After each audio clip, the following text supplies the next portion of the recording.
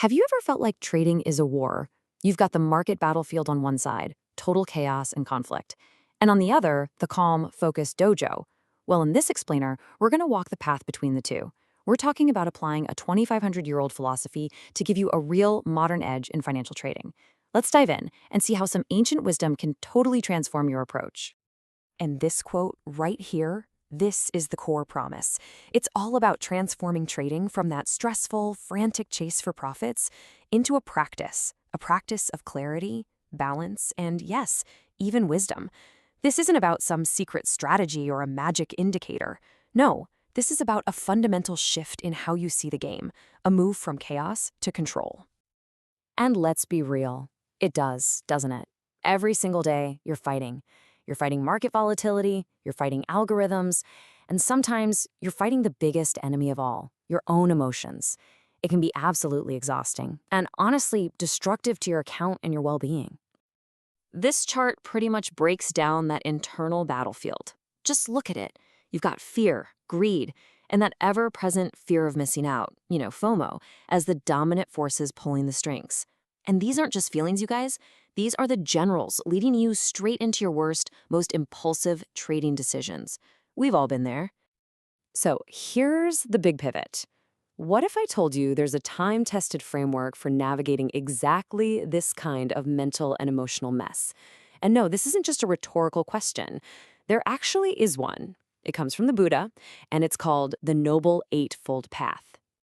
All right, so here's the first and maybe the most important mental shift you have to make. You need to reframe the market. It's not a battlefield you have to conquer. Think of it as a dojo. A dojo is a place for practice, for discipline, and at the end of the day, for mastering yourself. So, what is this path exactly? At its heart, it's a super practical guide. This is not a religion you have to adopt or anything like that. It's just a set of 8 practices that are all interconnected. They work together, kind of like spokes on a wheel, to create balance and clarity in your mind. Now, those 8 practices, they're all grouped into these 3 core pillars that support each other. You've got wisdom, which is all about seeing the market clearly. Then there's ethical conduct, which is about acting with integrity. And finally, mental discipline, which is all about training your focus. Each one makes the other stronger, and together they form the roadmap for this new approach. So let's start with the most important market you'll ever face, the one that's going on inside your own head. This is where we start applying those first 2 pillars we just talked about, wisdom and mental discipline. The entire path kicks off with something called right view. And this isn't about being right in a trade. No way. It's about seeing the market for what it truly is. A world of uncertainty and constant change, not what you hope it will be or what you're afraid it's going to be. Here's how we translate that ancient wisdom into action today. Right view means you truly accept that no chart setup, no matter how perfect it looks, is a guarantee, and right intention, that completely shifts your focus. The goal isn't just make a quick buck. It becomes execute my plan with discipline. That single shift is a game changer. It makes you process-oriented, not outcome-dependent, and that is the secret to consistency.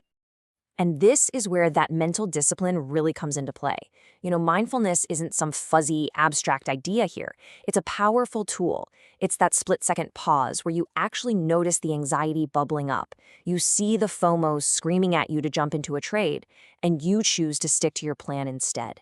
Man, that's real power. Okay, so this path, it actually extends beyond just you and your screen. It's also about how you interact with the market and other traders. This brings us to that pillar of ethical conduct.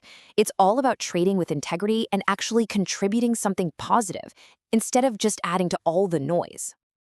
So the path forward really gives you 2 choices, 2 roles you can play.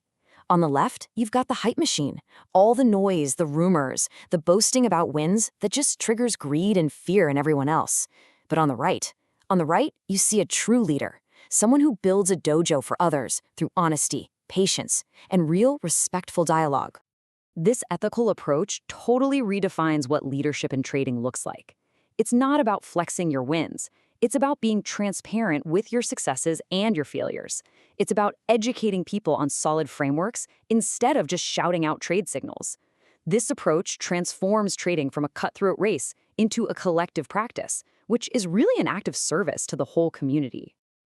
So, we've covered the mindset shift and the ethics. Now for the big question. how do we actually bring all this together?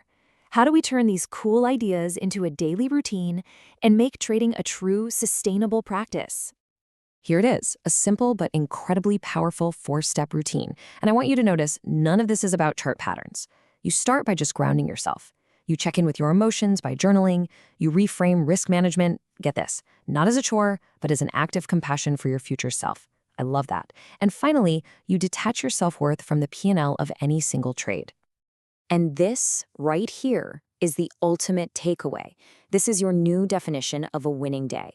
Did you follow your rules? Did you manage your emotions? Did you act with intention? If you did all that, you were successful. It doesn't matter if the trade ended up red or green. So I'll just leave you with this question to think about.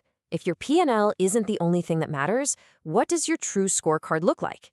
If you were to create a new one for your trading, one that measured discipline, clarity, and emotional balance, what would be on it? And more importantly, how would you score yourself today?